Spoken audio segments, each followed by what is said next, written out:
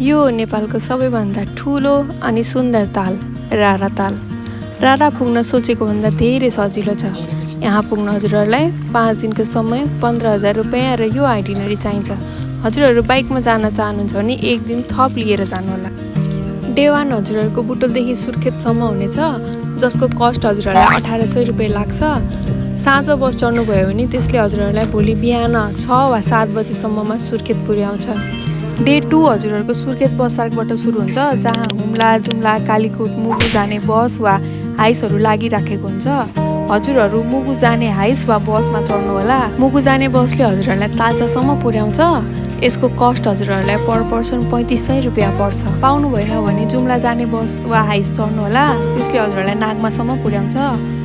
यो क्षेत्रमा रातिमा सवारी साधन चलाउन पाइँदैन, सो हजुरहरू बाइकमै भए पनि 1 रात यतै बस्नुपर्ने हुन्छ, जसको कस्ट हजुरहरूलाई पर पर्सन 800 देखि 1500सम्म पर्न सक्छ।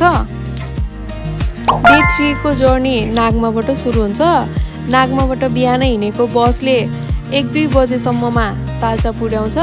तालचाबाट सल्लेरीसम्म 7 किलोमिटर छ। त्यो हजुरहरूले स्कर्पियो बाइक पठाउ गरेर पनि जान सक्नुहुन्छ, हिँडेर पनि जान सक्नुहुन्छ। सल्लेरीबाट 45 मिनट्स हिँडेर वा घोडा चढेर हजुरहरू रारा पुग्नुहुन्छ। राराको पानी एकदमै सफा अनि निलो छ। यहाँ आएर एकदमै आनन्द महसुस हुन्छ। हजुरहरूसँग टाइम छ भने मुरमा टप जानुहोला। हिँड्न लागेको ठ्याक्कै 2 घन्टा भयो।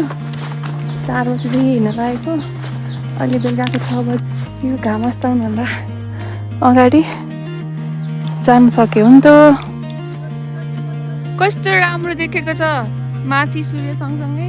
तर तालबाट मुरमा टपबाट सनराइज र सनसेट एकदमै राम्रो छ। सो हजुरहरूसँग त्यो दिन टाइम नभए नेक्स्ट डे पक्कै जानुहोला। हजुरहरू 12 बजेसम्ममा सल्लेरी झर्नुहोला र सल्लेरीबाट यो झ्यारी गाउँको बाटो हुँदै तल बाटोमा निस्किनु होला। त्यहाँ हजुरहरूले 1 बजे वा 2 बजे माइक्रो भेट्नुहुनेछ। बाटोमा खाना राम्रो पाउँदैन, सो आफ्नो लागि आफै व्यवस्था गर्नुहोला र तातो न्यानो लुगा लिएर जानुहोला। अनि अर्को कुरा, बार्गेनिङ गर्न चाहिँ नबिर्सिनु है। यहाँसम्म हेरिदिनु भएकोमा धेरै धेरै धन्यवाद। यस्तै गरेर माया दिनु होला। कमेन्टमा चाहिँ यस्तो यस्तो सुधार गर्ने पछि भनेर लेखिदिनु होला। म नेक्स्ट भिडियोमा चाहिँ त्यो एप्लाई गर्नेछु। Thank you, by by.